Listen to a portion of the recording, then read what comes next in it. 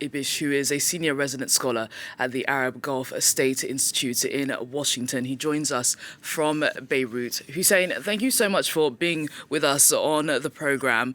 We're hearing already from the Lebanese Prime Minister. He's warning against the country being dragged into adventures, he puts it. I mean, I think he's talking about the risk of regional war. That's the message to the Iranian-backed Lebanese armed group Hezbollah.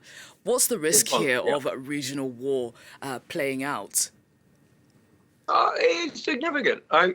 Basically, among Iran's assets, among the tools Iran might use to retaliate, in addition to their own missiles and drones, naval forces and special forces, they don't have really an air force to mention, are these militia groups that Iran's Revolutionary Guard Corps, Quds Force, operates and runs in various Middle Eastern countries. Hezbollah is the granddaddy of them, based in Lebanon, where I am now.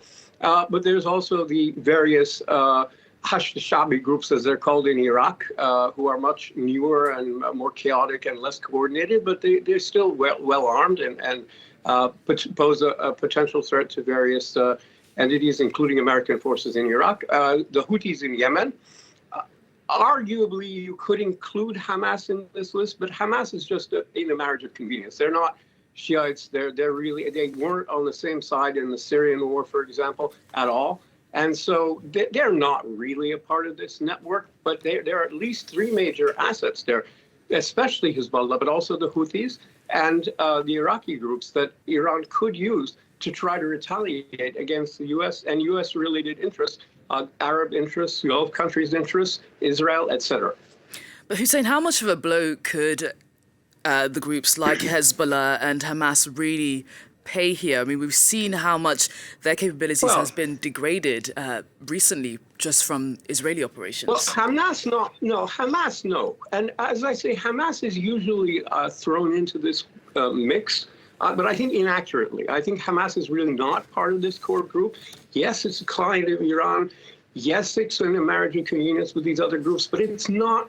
That's why these groups didn't run to back Hamas. That's why it took a year and a half for Israel to fully drag Hezbollah, and they did drag Hezbollah into the war that began with the Hamas attack against Israel, because Hezbollah was kind of trying to stay out of it while remaining credible by, doing some things that they thought were the minimum necessary. So I would take Hamas out of the mix. Hezbollah is degraded, but it remains armed, it remains capable, it remains potentially a threat. The Houthis certainly do.